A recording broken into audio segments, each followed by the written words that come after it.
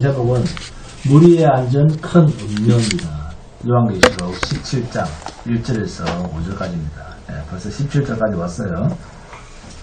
무리에 앉은 큰 음료, 요한계시록 17장 1에서 5절입니다. 참 특이하죠. 무리에 앉은 큰 음료. 무리에 앉은 큰 음료. 요한계시록 17장 1절에서 5절입니다. 함께 공독하도록 하겠습니다. 시작. 또 일곱 대접을 가진 일곱 천사 중 하나가 와서 내게 말하여 이리로 오라. 많은 무리에 앉은 큰 음녀가 받을 심판을 내게 보이리라.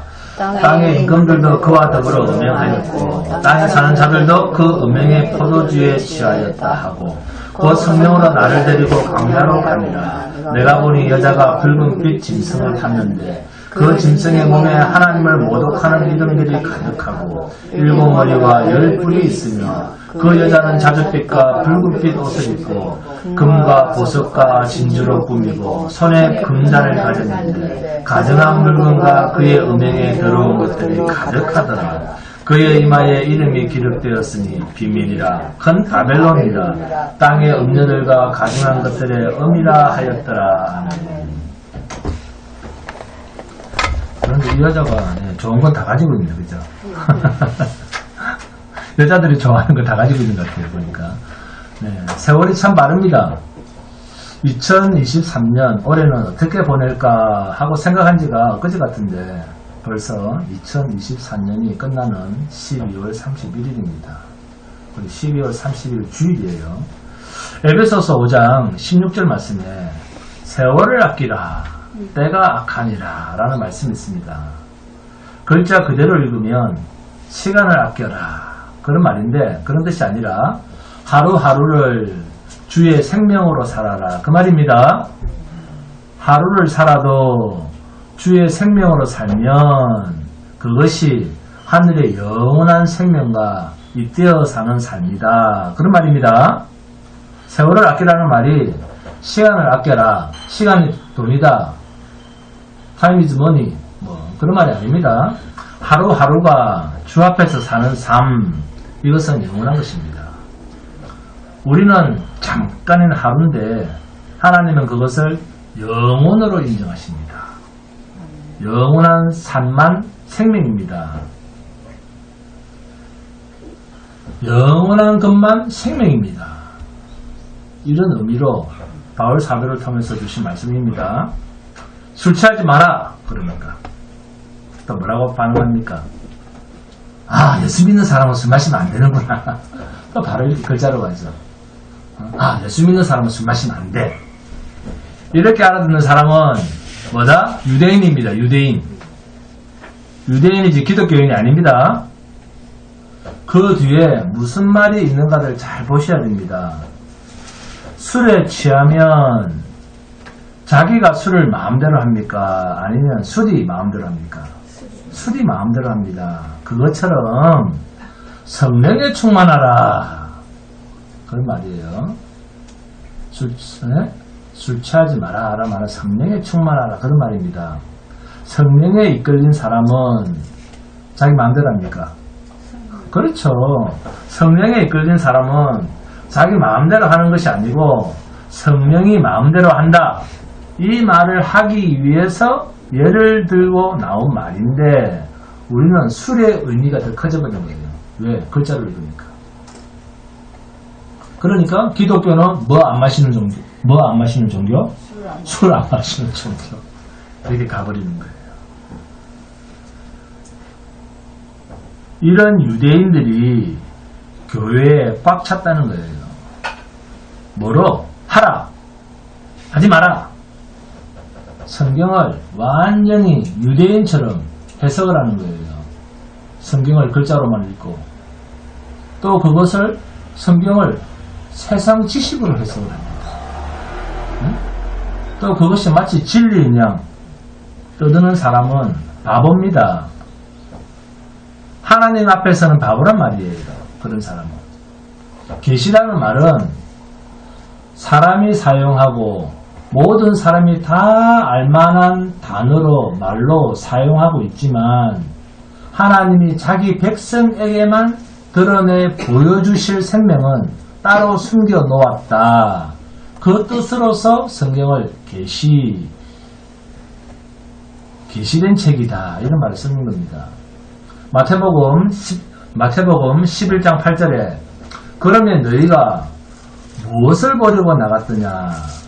부드러운 옷 입은 사람이나 부드러운 옷을 입은 사람들은 왕궁에 있느니라. 예수님께서 세례 요한을 두고 너희가 무엇을 보려고 광야로 나갔더냐? 자, 이 말이 무슨 뜻입니까? 세례 요한을 보러 사람들이 많이 몰려서 광야로 갔어요.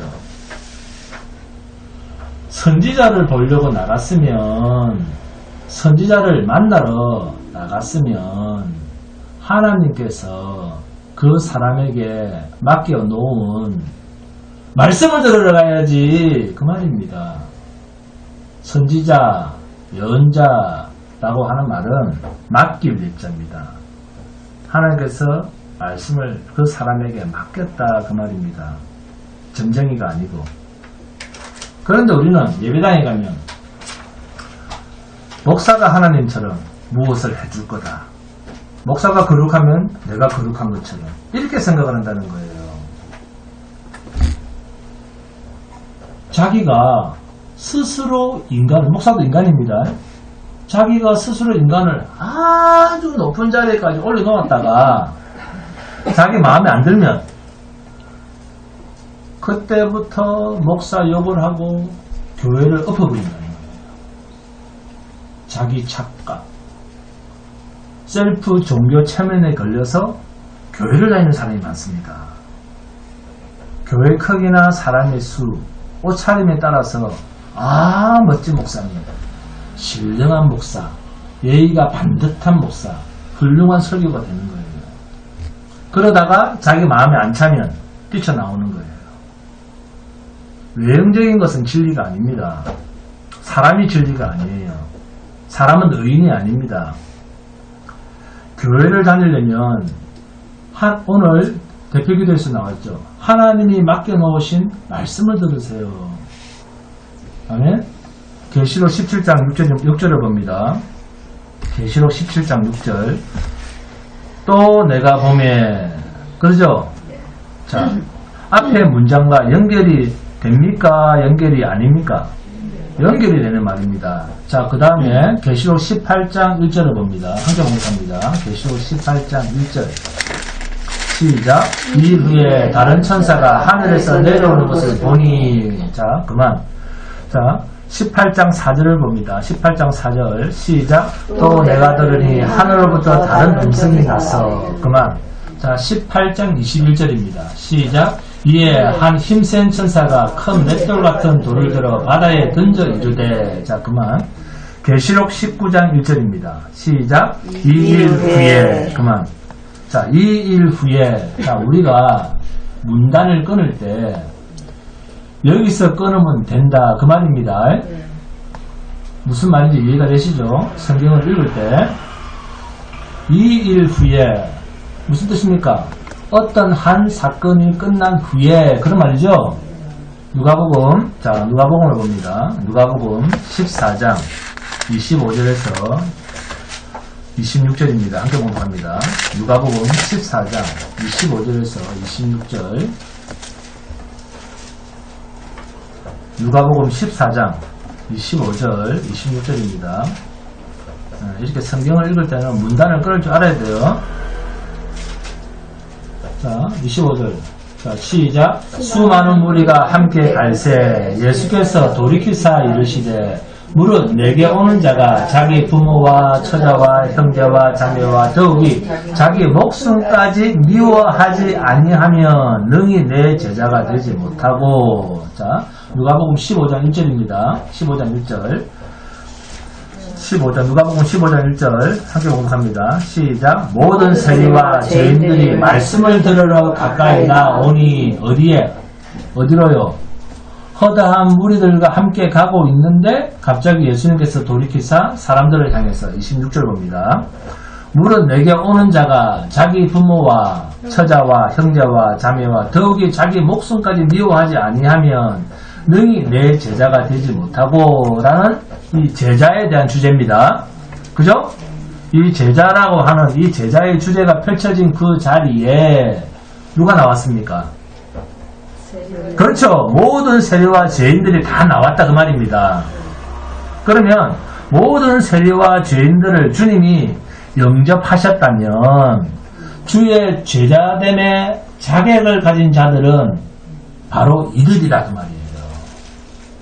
누가복음 15장 2절 함께 봉독합니다. 누가복음 15장 2절 시작. 바리새인과 서기관들이 수근거려 이르되 그만. 바리새인과 서기관들은 적어도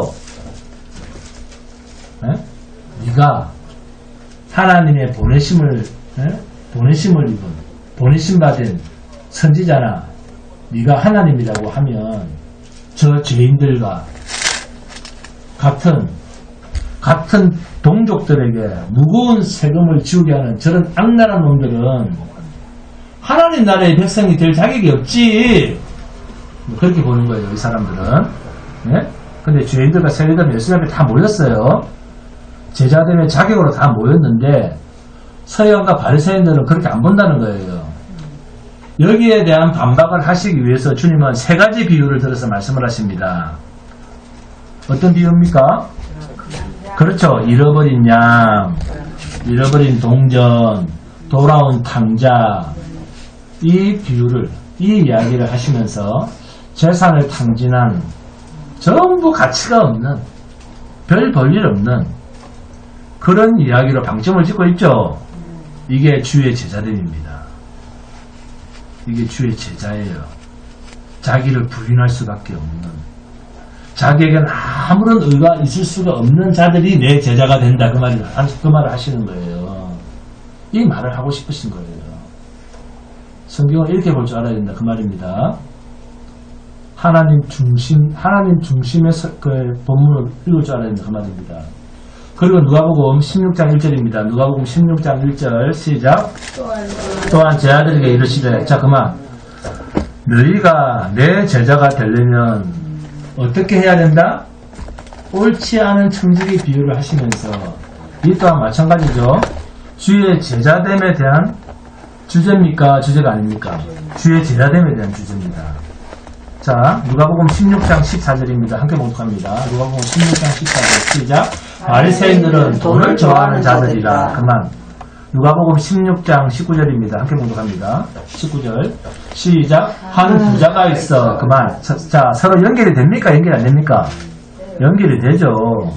돈 좋아하는 바리새인을 자, 무엇을 비유를 하고 있습니까? 그렇죠. 부자와 가난한 나사로 비유를 들면서 나사로가 지금 내 나라에 꼭 필요한 내 제자다. 이 말씀을 하고 싶으신 거예요. 자, 그 다음 누가복음 17장 1절입니다.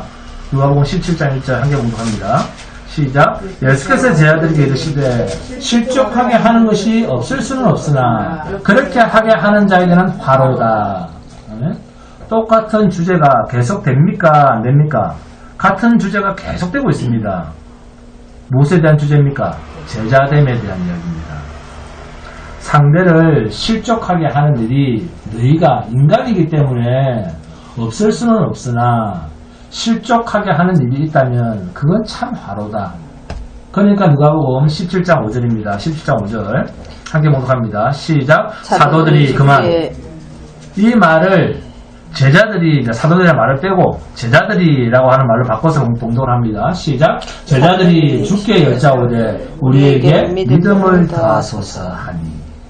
실족하지 않는 일을 하도록 우리에게 믿음을 더하소서 하는데 결론이 누가복음 19장 9절에서 11절입니다. 함께 봉독합니다. 누가복음 17장 9절에서 11절입니다. 시작. 명한 대로 하였다고 종에게 감사하겠느냐? 이와 같이 너희도 명령받은 것을 다 행한 후에 이르기를 우리는 무익한 종이라 우리가 하여야 할 일을 한 것뿐이라 할지니라. 예수께서 예루살렘으로 가실 때 사마리아와 갈릴리 사이로 지나가시다가 자 그러면 줄을 꺼야 됩니까? 어디에? 사마리아와 갈릴리 사이로 지나가시다가 자 장소를 옮깁니까? 안 옮깁니까? 장소를 옮기죠. 장소를 옮기면 또 어떻게 됩니까? 화제가 바뀌죠. 누가복음 17장 10절의 끝이, 자, 그러면 어떻게 됩니까? 결론이 제자되면 무익한 종 이꼬르 청지기 이꼬르 제자입니다. 누가복음 14장 25절부터 시작한 주님의 제자된 종된 청지기에 대한 이야기가 무려 15장, 16장, 17장, 10절까지 한 주제를 흘러가고 있습니다. 자, 본문 5절입니다. 본문 5절 함께 묵상합니다. 성경을 이렇게 보는 거예요. 본문 5절 시작. 그의 이마에 이름이 기록되었으니 비밀이라 큰 바벨론이라 땅의 음녀들과 가증한 것들의 은이라 하였더라. 아멘. 참 묘한 존재죠. 네?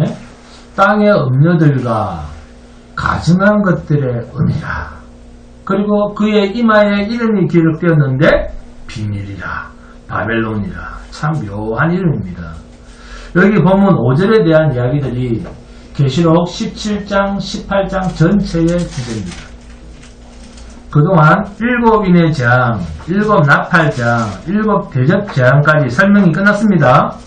그런데 본문 1절을 보시면 또 7 대접을 가진 7 천사 중 하나가 와서 내게 말하여 이르되 이리로 오라. 많은 무리에 앉은 큰 음녀가 받을 심판을 내게 보이리라. 그렇게 얘기하죠. 그러면 재앙이, 심판이 끝났다는 말입니까? 아직도 뭔가를 보여줄 게 있다는 말입니까? 더 보여줄 게 있다는 거예요. 그래서 계시록 17장, 18장 내용을 가볍게 얘기하면 어떤 문제가 생길까요? 이 육을 가진 인간들이 볼 수 없는 존재에 대한 결말을 알 수가 없게 됩니다. 그리고 이것 때문에 인간은 세상이 결코 무섭지 않은 것처럼 살아가려고 하는 거예요. 자, 지금 7인의 재앙, 7 나팔 재앙, 7 대접 재앙이 끝난 시점에서, 자, 끝났습니다. 이 재앙이 끝났어요. 7 대접 재앙까지 끝났습니다. 이해하셨죠? 여기까지? 대답을 안 하는데, 재앙이 끝났습니다. 재앙이 끝났다는 말까지만 이해를 하세요. 계시록 17장, 자, 이 끝난 시점에서 계시록 17장, 18장이 등장을 하는데, 만약 이 17장, 18장 이 두 장을 이 계시록에서 빼버렸다고 하면 어떤 결론이 나느냐? 어떤 결론이 날까요? 구원은 인간 하기 나름 이렇게 됩니다. 이거 빠지면 구원은 인간 하기 나름처럼 보입니다. 내가 선택하면 구원, 이런 식이죠. 내가 믿으면 구원, 이렇게 되는 거예요. 지금까지의 모든 재앙은 하나님께서 우리가 볼 수 있고 만질 수 있고 경험할 수 있는 모든 것들에 대해서 하나님께서 쏟아붓는 재앙이라고 하면 계시록 17장, 오늘 17장, 18장은 우리 영역, 인간의 영역에서는 경험될 수가 없는 그 영역에 대한 하나님의 마지막 심판입니다. 이해하시겠습니까? 여기까지? 아멘. 대답을 해줘야지 진도가 나가죠. 예? 자, 재앙이라는 말과 심판이라는 말의 차이에 대해서 설명을 해드리겠습니다. 여러분, 주님은 재앙을 내리러 오십니까? 심판해 주러 오십니까? 심판해 줍니다. 그러면 심판해 주러 오시면 어떤 상태가 되겠습니까? 모두 영원한 나라로 갈 자든 영원한 불못으로 갈 자든 모두가 심판주 앞으로 결박돼서 오겠습니까? 아니면 야 저놈은 잡고 저놈은 잡지마 이런 식으로 심판주 앞으로 오겠습니까?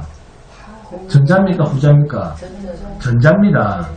그래서 계시록 17장 18장 그리고 19장 전반부가 끝나야 심판의 주님이 그때야 완전히 일망타진된 상태에서 심판하시러 심판의 주로 주님이 오십니다. 다 잡혀있는 상태예요. 네? 이걸 우리가 오해를 하기 때문에 무슨 말을 합니까? 공중재림, 휴거, 이 세상이 지상천국이 되니 하는 그런 현혹을 당하는 거예요. 요한계시록에 대한 바른 이해가 설교를 한번 들어보세요. 설교를 잘 했다가 잘 이해가 되었다가 또 오해를 했다가 그게 막 섞여 있어요. 네? 왔다 갔다 하는 거예요. 그렇게 설교를 똑바로 했다가 또 바보처럼 했다가 이 막 섞이는 이유가 이 심판과 재앙에 대한 온전한 구분을 하지 못해서 그렇습니다. 심판은 법적 용어입니다. 범죄자는 결박당한 상태에서 심판자 앞에 서게 되어 있습니다. 주님이 오실 때도 심판받을 자들이 일망타진된 상태에서 모두가 있는 상태에서 네? 재앙에 의해서 완전히 결박당한 상태에서 영원한 불못, 영원한 새하늘과 새 땅 이렇게 심판자 앞에서 좌우 큰 무리들이 네? 구분이 됩니다. 이렇게 염소와 양으로 구분되는 장면이 계시록 19장 후반부에 나타납니다. 그러니까 주님이 재림하셨다 하면 이미 이 세상은 어떤 상태로서는 종결이다? 심판대에서 영원한 불못으로 들어갈 자를 완전 결박으로 일망타진한 후에 심판자 앞으로 끌고 간다 그 말입니다. 이 상태를 염두에 두고 요한계시록을 보셔야 됩니다. 본문에서도 주님께서 7 대접 재앙을 가진 한 천사를 통해서 사도 요한으로 이리로 오라 하면서 뭔가를 보여줍니다. 이것은 아직도 일망타진해서 결박할 존재가 남아있다. 그 말이죠. 그런데 이것이 7 대접을 다 쏟고 난 뒤에 마지막 장면입니다. 7 대접을 다 쏟았어요. 재앙은 이제 다 쏟았습니다. 7 대접을 다 쏟았습니다. 그런데도 아직 남아있다는 거예요. 뭔가가. 이것이 앞으로 우리가 육으로 경험하거나 볼 수 있거나 만질 수 없는 존재에 대한 일망타진입니다. 여러분 쉽게 말해서 귀신이 눈에 보입니까? 귀신 눈에 보입니까? 귀신 손으로 이렇게 만질 수 있습니까? 경험할 수 있어요? 인간의 육으로? 할 수 없죠. 이런 존재들에 대한 이야기를 하고 있는 거예요. 지금 이하설지까지 이제부터 이 사건들이 계속해서 전개가 됩니다. 그래서 계시록 17장과 18장을 한꺼번에 보고 부분으로 살펴서 함께 계시록의 의미를 나누도록 하겠습니다. 7 인의 재앙에서는 특색이 있었습니다. 6번째 인의 재앙이 나온 후에 7번째 인의 재앙 사이에서 이 6번과 7번째 사이에는 항상 삽입되는 다른 내용이 있었습니다. 그리고 6번째 나팔 재앙에서도 또 다른 이야기가 삽입이 되고 그 다음에 7번째 나팔 재앙이 쏟아졌습니다. 항상 7번째 인의 재앙과 첫 번째 나팔 재앙은 서로 겹쳤습니다. 그리고 7번째 나팔 재앙과 첫 번째 대접 재앙도 서로 겹쳤습니다.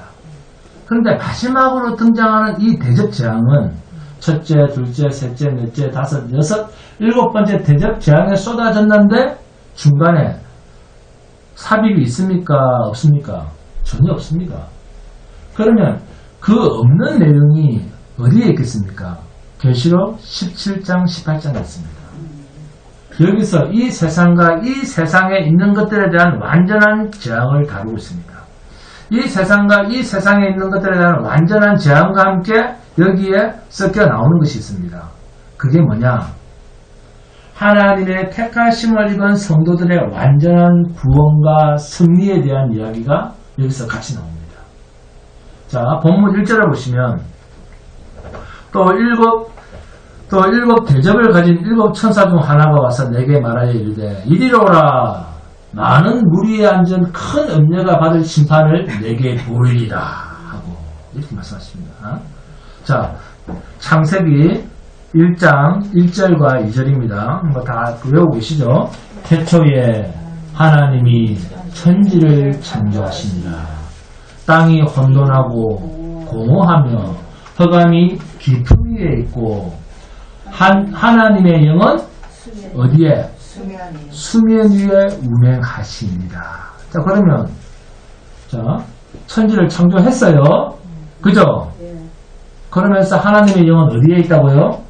수면 위에 운행하십니다. 그러면 이 세상 창조는 지금 무엇 속에 있다? 물 속에 있다. 그 말 아닙니까? 네? 그렇죠. 창조된 이 세계가 물 속에 있다. 그 말 아닙니까? 아멘? 아멘. 그러면 본문 1절에 많은 무리에 앉은 큰 음녀가 받을 심판을 내게 보이리라. 계시록에서 나오죠? 네? 오늘 본문 1절에 많은 무리에 앉은 큰 음녀가 받을 심판을 내게 보이리라. 창세기 1장 1절 2절과 깊은 연관이 있습니다. 성경에서 가장 확실한 끝, 라스트를 말한다면 창세기 1장 1절에서 창세기 2장 3절까지. 자, 창세기 2장 3절이 뭡니까? 하나님이 그 일곱째 날을 복되게 하사 거룩하게 하셨으니 이는 하나님이 그 창조하시며 만드시던 모든 일을 마치시고 그날에 안식하셨음이니라. 여기까지가 끝입니다. 그죠? 네? 자, 그리고 두 번째 끝이 어디서 나옵니까?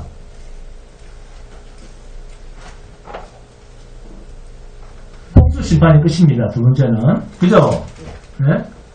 그 다음에 세 번째 끝은 예수님이 이 땅에 오시고 십자가에서 죽으시고 부활하신 사건이 끝입니다. 이걸 아셔야 됩니다. 끝! 이러한 시각으로 성경을 여러분이 볼 수 있는 눈이 있다면 대단한 은혜 안에 있는 자입니다. 성경은 호기심 천국이 아닙니다.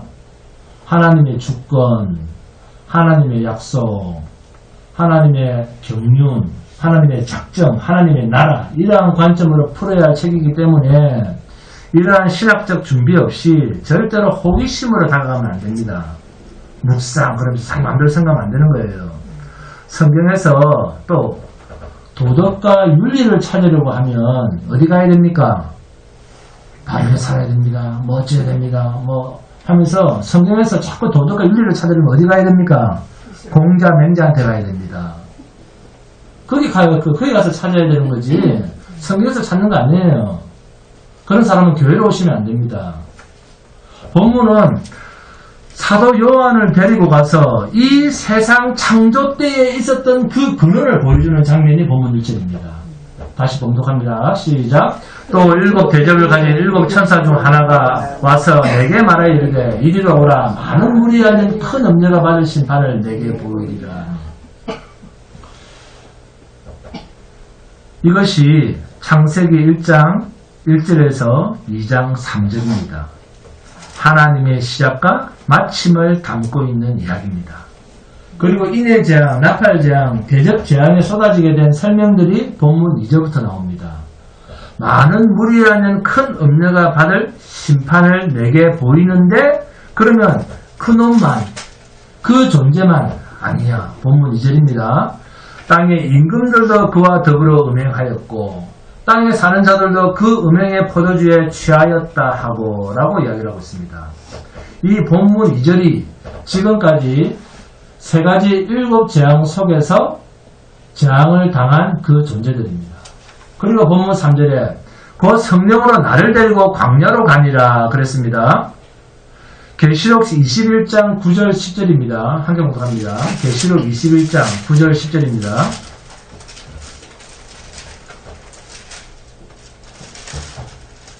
계시록 21장 9절 10절 시작. 일곱 대접을 가지고 마지막 일곱 재앙을 담은 일곱 천사 중 하나가 나와서 그만. 자, 지금 본문 1절 분위기와 같습니까? 다릅니까? 같습니다. 그죠? 내게 말하여 이르되 이리 오라. 내가 신부 곧 어린 양의 아내를 내게 보이리라 하고 10절에 성령으로 나를 데리고 크고 높은 산으로 올라와 하나님께로부터 하늘에서 내려오는 거룩한 성 예루살렘을 보이니 하면 심판받을 자들과 정반대의 분위기인데 똑같은 일곱 대접 재앙을 하였던 한 천사가 앞에서는 광야로 데리고 가고 또 하나는 높은 산으로 데리고 가서 거룩한 성 예루살렘을 보여줍니다. 세상과 영원한 나라 이런 표현이에요. 세상과 영원한 나라로 극명하게 구분해서 보여주고 있습니다. 지금 이 광야는 어디입니까? 세상입니다. 그죠? 이 세상을 광야로 부르죠. 이 광야, 세상이 이렇게 심판을 당하는 거예요. 자, 본문 3절 봅니다. 본문 3절. 곧 성령으로 나를 데리고 광야로 가니라. 자, 광야로 간 이 세상은 망할 사건이 있겠다, 아니면 즐거운 영광스러운 사건이 있겠다. 망할 사건. 자, 뭘 보면 알 수 있습니까? 어떤 단어? 광야입니다. 광야. 그런데 이 광야에 누구를 두었다? 어린 양의 신부들, 성도, 교회, 여자들을 두었다는 거예요. 그런데 이 마귀들이 교회를 쉬지 않고 짓밟는다는 겁니다. 어디까지? 이 마귀는 어디까지 성도를, 교회를 짓밟을까요? 죽을 때까지, 망할 때까지. 그럼에도 하나님은 신부된 교회를 광야에 두고 보호하신다라고 말씀하고 있습니다.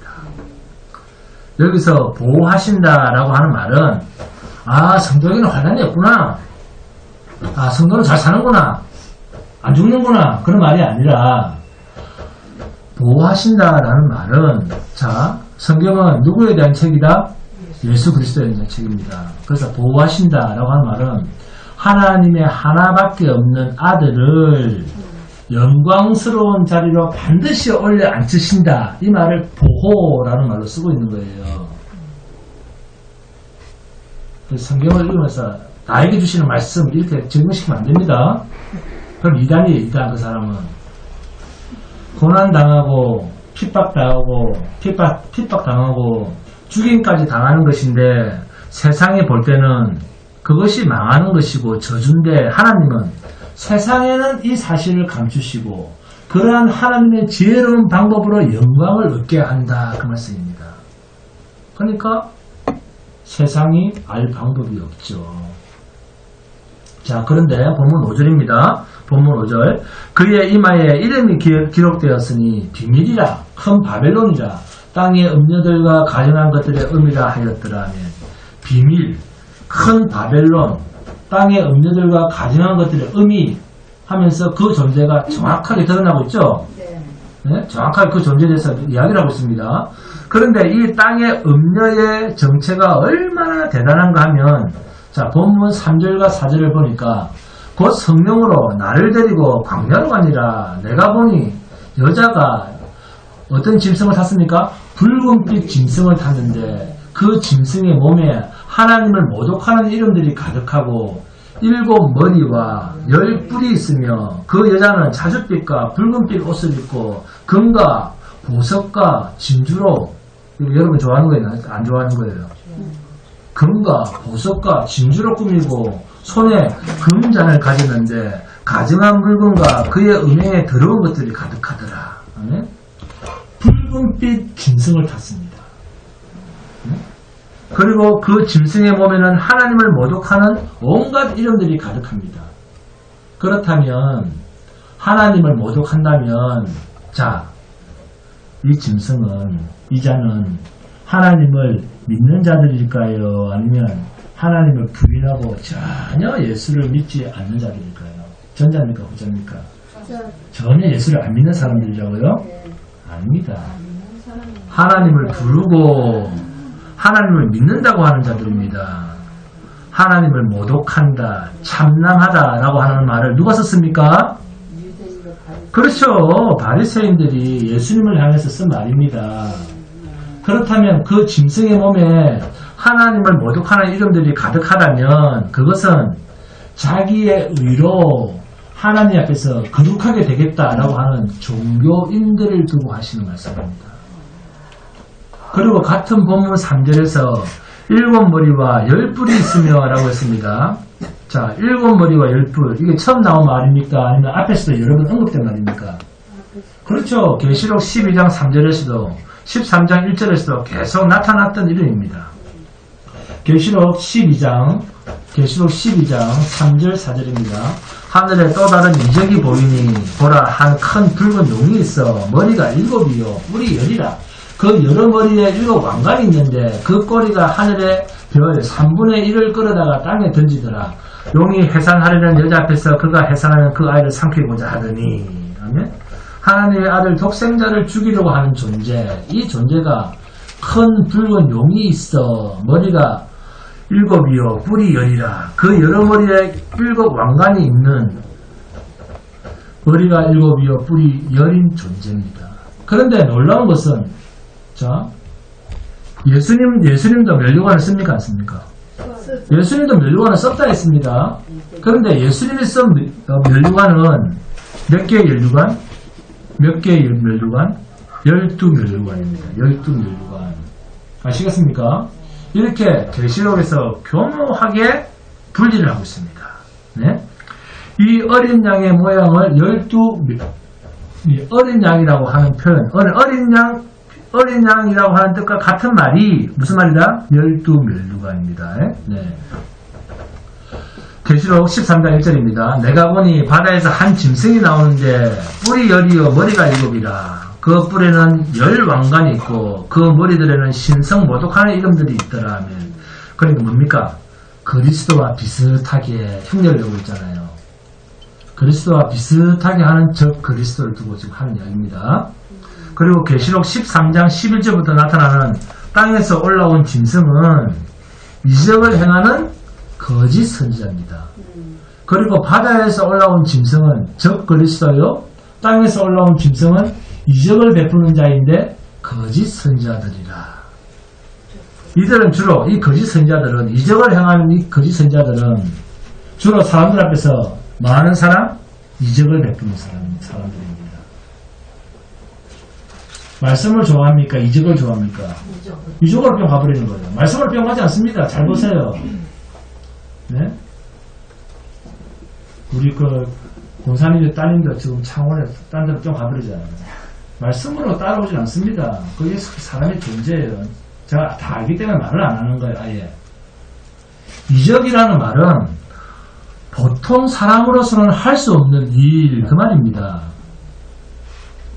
주여 내가 주의 이름으로 귀신도 쫓아내고 주의 이름으로 많은 권능을 행하지 아니하였나이까. 그런데 뭐라고 합니까? 예수님이 이 불법을 행하는 자들아 나는 너희를 도무지 알지 못한다. 말은 누구 이름으로 했다고 합니까? 주의 이름으로 했다고 하잖아요. 주의 이름으로. 근데 자꾸 넘어가시면 안 된다니까요. 그러나 실상은 거짓 선지자, 땅에서 올라온 짐승들이랍니다. 그런데 이 큰 음녀의 차림새가 또 예사롭지가 않습니다. 본문 4절입니다. 함께 봉독합니다. 시작.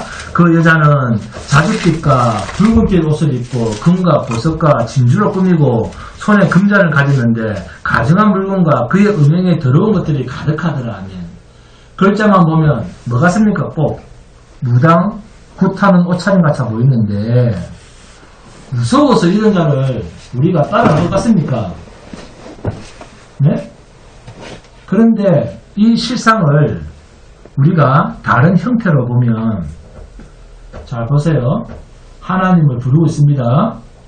그러면 같은 동료로 인식이 되겠습니까? 안 되겠습니까? 같은 동료로 인식이 되죠. 하나님을 부르고 예수를 믿는다고 하면서 차림새가 대단합니다.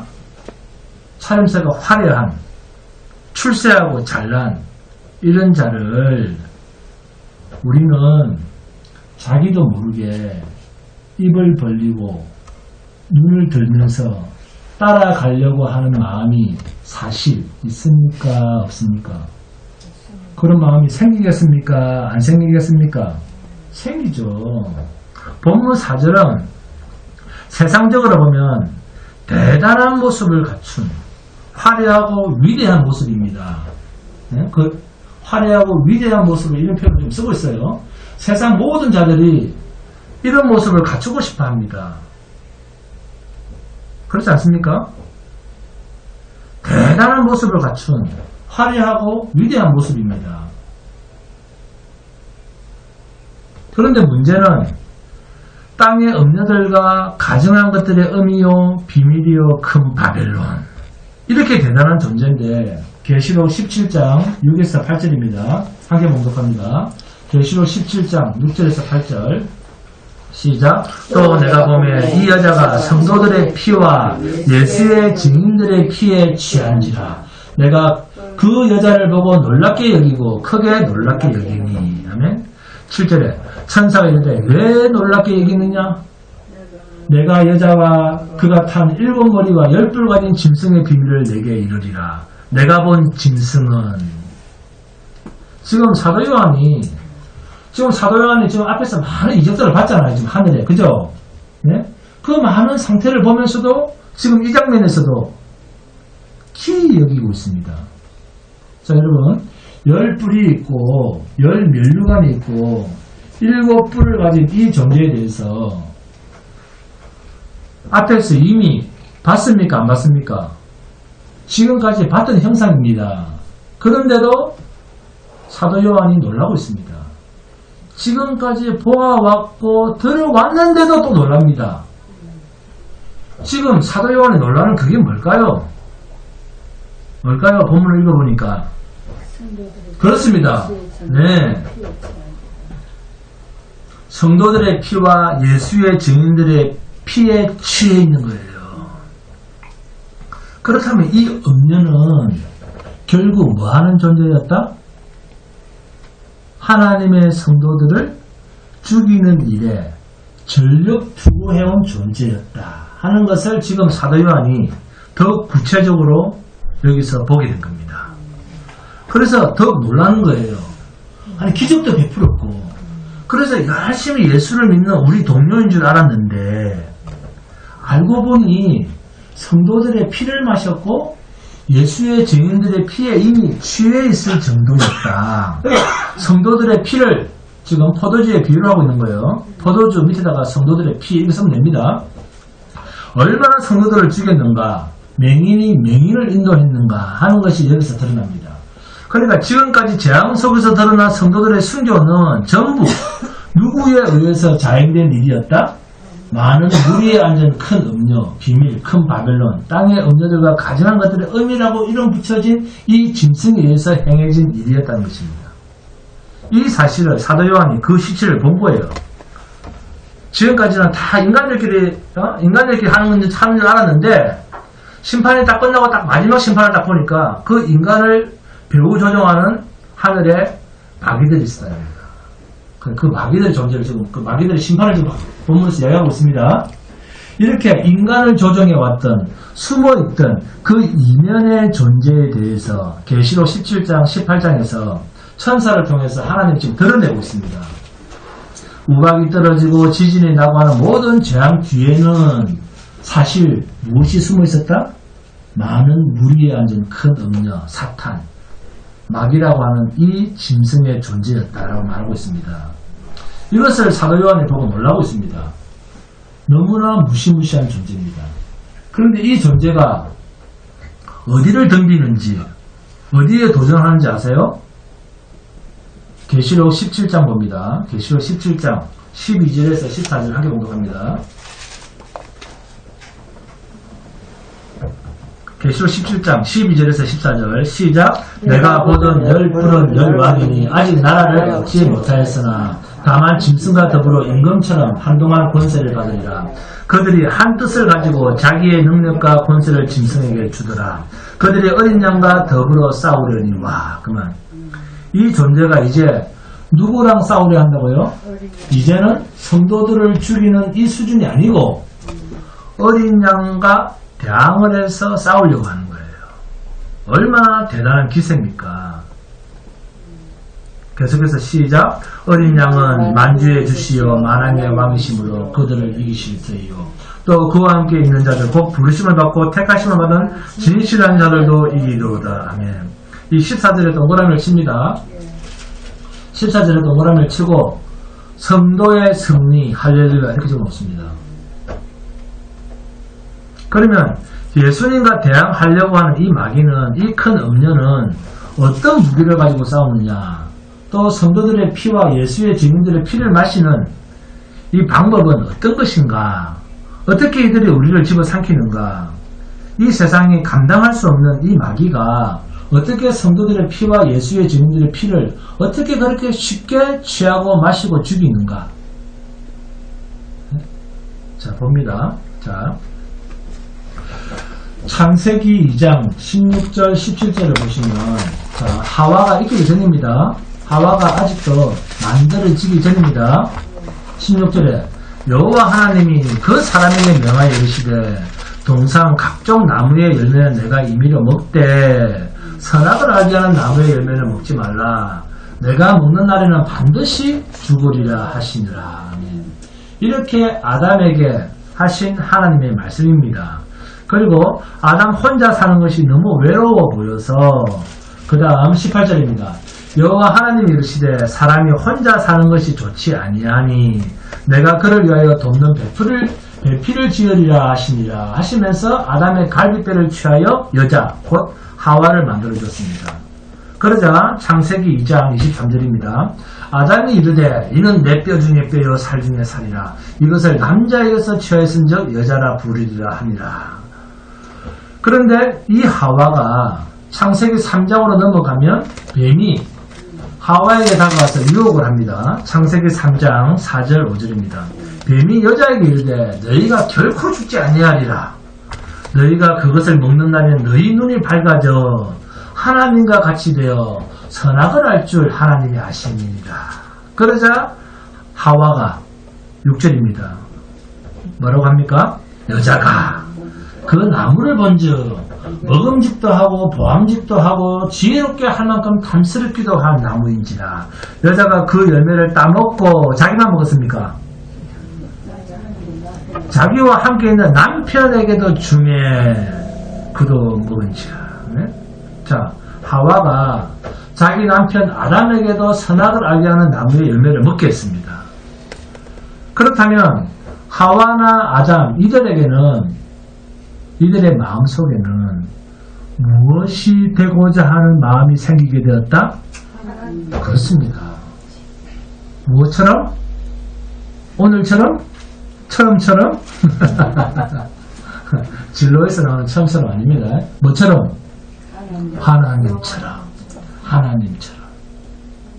큰 음녀, 많은 무리에 앉은 이 세상 임금 마귀가 저와 여러분에게 하나님으로부터 멀어지게 할 수 있고 넘어지게 할 수 있고 하나님으로부터 영원한 실패자의 자리로 가게 할 수 있는 그 피를 취하고 그 피를 마시는 방법은 우리를 무엇이 되게 한다?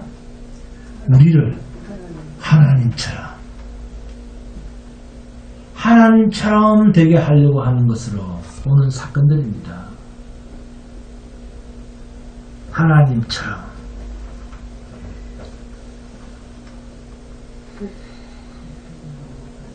그러면 하나님처럼이라는 이 말을 자 오늘날로 표현을 하면 뭐라고 표현하면 좋겠습니까?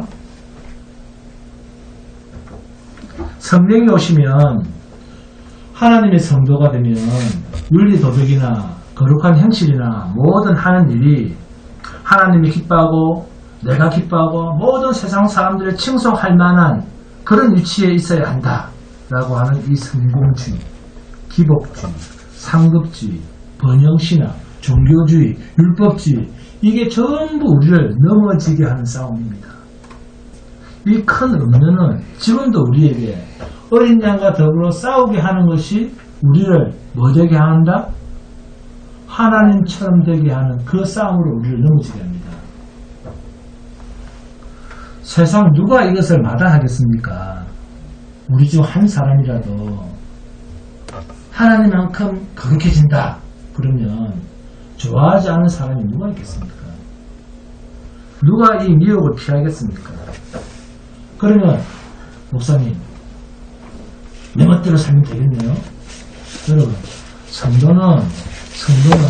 성도라고 하는 말은 누가 있는 자다? 성령 하나님이 계신 자다. 그 말이니까 같은 말이에요.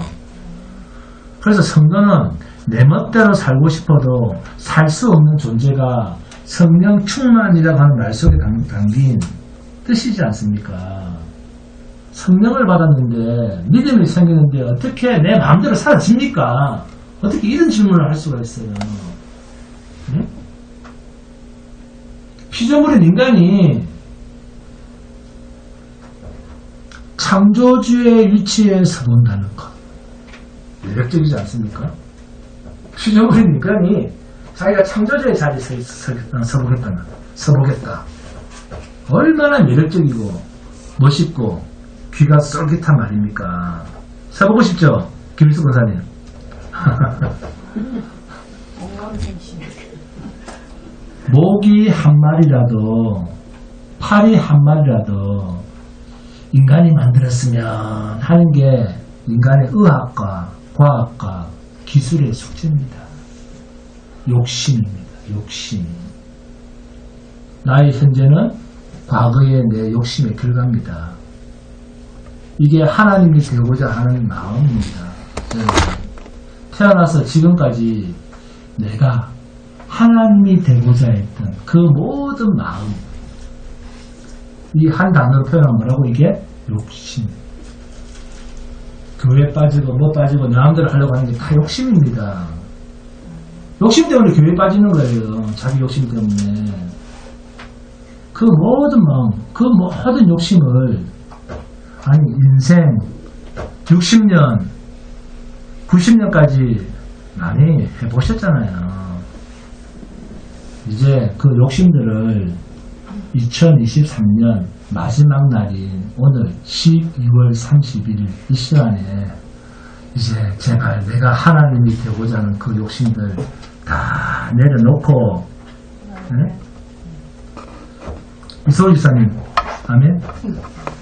오는 새해 2024년에는 하나님의 욕심으로, 하나님의 비전이 여러분을 지배하는 그런 새해가 되시기를 주님으로 축원드립니다. 기도하시겠습니다. 헌금 자송합니다. 찬송가 54장입니다.